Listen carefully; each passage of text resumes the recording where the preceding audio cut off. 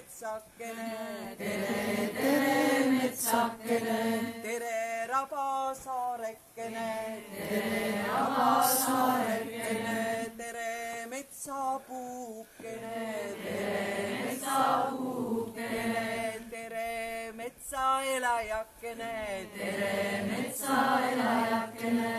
Kas on luba sisse tulla? Kas on luba sisse tulla? Kas on luba laulu laulda? Kas on luba laulu laulda? Metsapidu pidada, metsapidu pidada.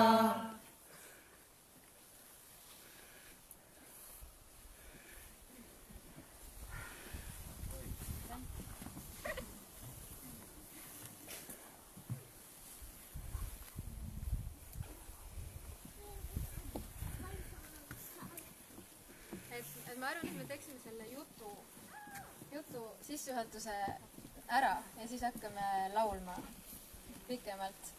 Et ma palun Hanna Hintsil rääkida lähemalt regilaulust. Tere kõigile! Ma mõtlesin mainida paari olulist aspekti Eesti regilaulu kohta. Et Eesti regilaulus kõige tähtsam on sõna.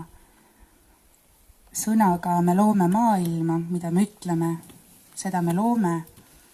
Ja sellepärast on meie esivanematel olnud väga palju erinevaid sõnu, kuidas sa nimetad midagi, seda sa kutsud oma ellu. Ja mul on olnud õnn sündida vanaema juurde, kes väga palju pärimust edasi andis, mida ma hiljem folkloori õppides avastasin, et ahaa, see on arhiivides ka.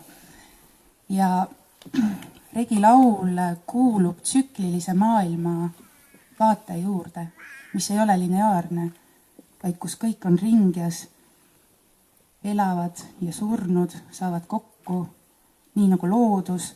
Ja kui me kaotame oma looduse, kui me raiume oma metsi, siis tegelikult meie meel saab haiget. Ja läheb kaduma midagi väga olulist meie esivanemate pärandist. Ja lauludel on ka oma aeg, kuidas sa millal mis laulu laulad. Ja näiteks mul ükskord üks laul vihastas mu peale, ma laulsin teda valel ajal. Ja siis oli pool aastat nii, et kui ma tahtsin seda laulu laulda, siis läks hääl ära. Nii et laulul on vägi, sõnal on vägi, laulul on eriti suur vägi ja kindlasti regilaul on ühislaulmine.